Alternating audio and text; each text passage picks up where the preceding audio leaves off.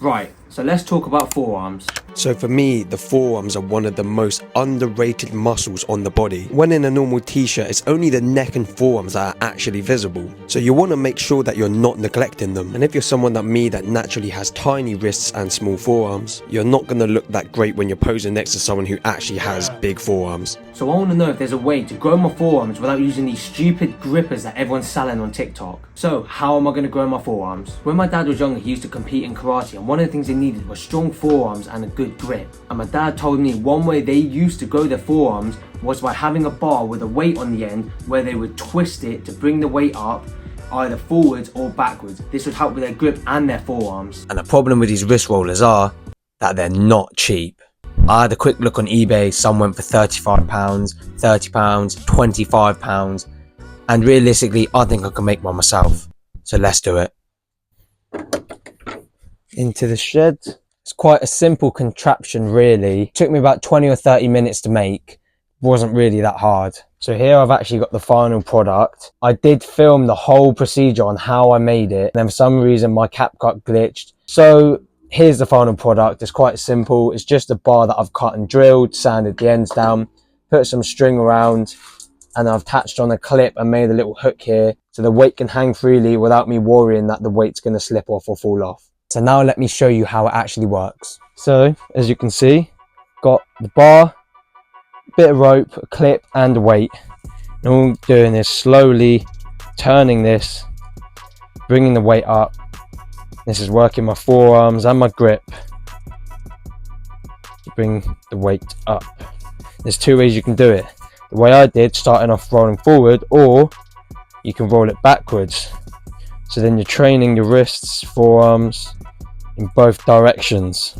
I've only got 4.5 kilos on here at the moment, but obviously the goal is to progressively overload to see if my forearms can actually grow, because I have little twig forearms, and especially my wrists are tiny. So let's add some weight and let's get training. So now we know my little contraption works. Time to train every single day, trying to progressively overload to see if I can actually grow my forearms. And that's exactly what I did. I tried to train my forearms every day. Now and again I'd miss or have a rest day, but that's fine. And the main thing was that I progressively overloaded, increasing the reps and also increasing the weight. As you can see, I tried some different variations, tried it behind the back, tried resting it on my knees, and tried to do one hand at a time. Before I started this experiment, I made sure to take some measurements. I took measurements at my wrists, at my mid forearm and at my elbow, and these are the measurements I got before. So both my left and right wrist both came in at 17 centimeters. Both my left and right mid forearm came in at 29 centimeters, and at my elbows both sides came in at 29 centimeters. So this is what my wrist and my forearms are looking at before. Looking small, they're looking a little bit lean, you can see some veins, but realistically the size isn't really there, they're looking quite small. So let's have a look what they look like afterwards, and let's see if there's any size difference. So firstly, let's compare the outside of my right arm. As you can see, after the 30 days, you can see there's a little bit more definition there, and it actually looks like there's a little bit more size to the upper forearm. Now time to compare the side on view with a straight hand and see if there's any size difference. Straight away I noticed that actually at the wrist it looks like there's a lot more size. So when we have a look at the measurements in a minute, we'll see if there actually is much of a difference. Now let's move on to the other side. Now looking at the left side, you can see on the forearms it looks like there's a little bit more definition but not that much difference. Looking at the inside, I'll be honest, there's not a massive amount of difference. Maybe a little bit more width, but it's hardly noticeable. Now finally, before we move on to the final measurements, let's just compare side by side with both sides. Obviously on the left side is before the experiment, the right side is after. I think with my right arm you can see there's a little bit more definition but not massive amounts. Potentially a little bit more vascularity after the experiment, but I'd say it's negligible. And then you've got the side view. Once again, it doesn't look like there's massive difference, but we'll find out from taking the measurements. And then we got the inside. Can't really tell, the lighting's slightly different, but yeah, let's move on to the measurements.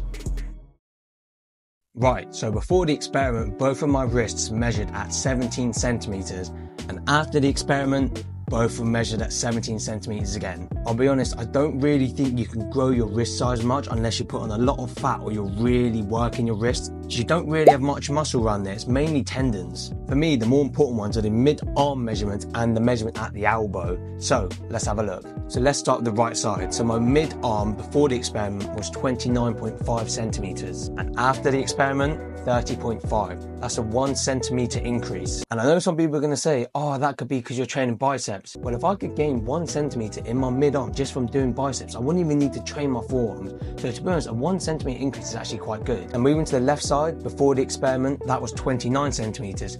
After the experiment, that was 30.5 centimeters again. That's a 1.5 centimeter increase. And I mean, when I was taking pictures, you could see there was a lot more thickness in the mid-arm, which that's what I wanted really. Now let's talk about the measurement at the elbow. So before the experiment at the elbow, I measured in at 29 centimeters. And after the experiment, I measured in at 30.5. On my right side, once again, that's a 1.5 centimeter increase. One thing I did notice that my brachioradialis did actually look a little bit more defined and a bit bigger. Even when I flex here, I've got a muscle there, which I don't even think I had before, to be honest. Same with the left side, you can even see here.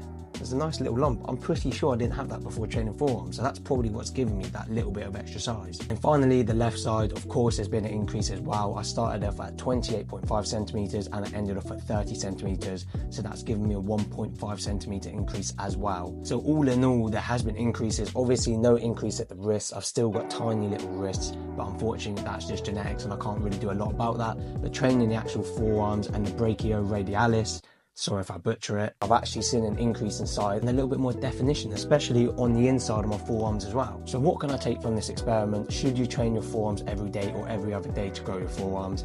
Well, it depends. One of your main focus is growing your forearms, then I'd say definitely train them.